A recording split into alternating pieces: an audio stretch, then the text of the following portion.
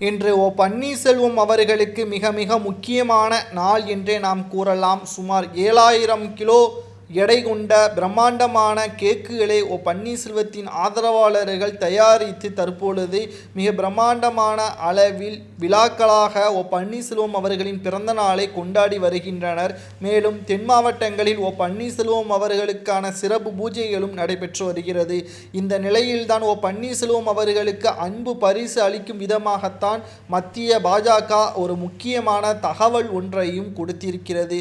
முதல் கட்டமாக பிரதமர் நரேந்திர மோடி அவர்களை சந்திப்பதற்கான நேரம் பன்னீர்செல்வம் அவர்களுக்கு ஒதுக்கப்பட்டிருக்கிறது. இது நாடாளுமன்ற தேர்தலுக்கு முன்பாக சந்திக்கக்கூடிய முதல் சந்திப்பு.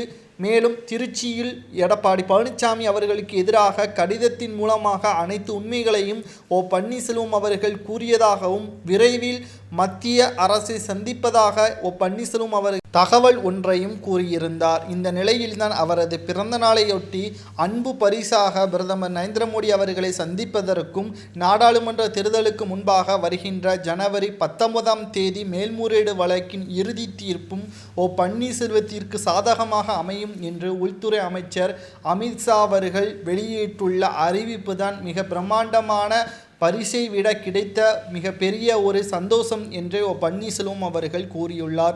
தனது 73வது பிறந்த நாளில் இதுவரை கொண்டாடாத சிறப்பாக இந்த பிறந்தநாள் அமைந்திருக்கிறது என்றும் அதிமுகவை துரோகிகளிடம் இருந்து மீட்டெடுப்பதற்காக புரட்சித் தலைவர் ஜெயலலிதா அவர்களின் ஆத்மா எப்பொழுதுமே எங்களுக்கு ஆதரவாக இருக்கும், உண்மை நிலைத்து நிற்கும். நாடாளுமன்ற தேர்தலுக்கு முன்பாக மேல்முறையீடு வழக்கின் இறுதி தீர்ப்பு எங்களுக்கு சாதகமாக அமையும், அதில் எந்த ஒரு மாற்று கருத்தும் கிடையாது என்று டெல்லி மேலிடம் கூறியது பன்னீர்செல்வம் அவர்களுக்கு 1000 கிலோ லட்டு சாப்பிட்டது மாதிரி இருந்தது என்றும் வைத்திலிங்கம் அவர்கள் கூறியுள்ளார். இந்த தகவல் எங்களுக்கு சாதகமாகவும் எடப்பாடி பழனிசாமி அவர்கள் தலையில் இடி விழுந்தது போல் அமைந்திருக்கிறது என்றும் வைத்திலிங்கம் அவர்கள் கூறியுள்ளார்.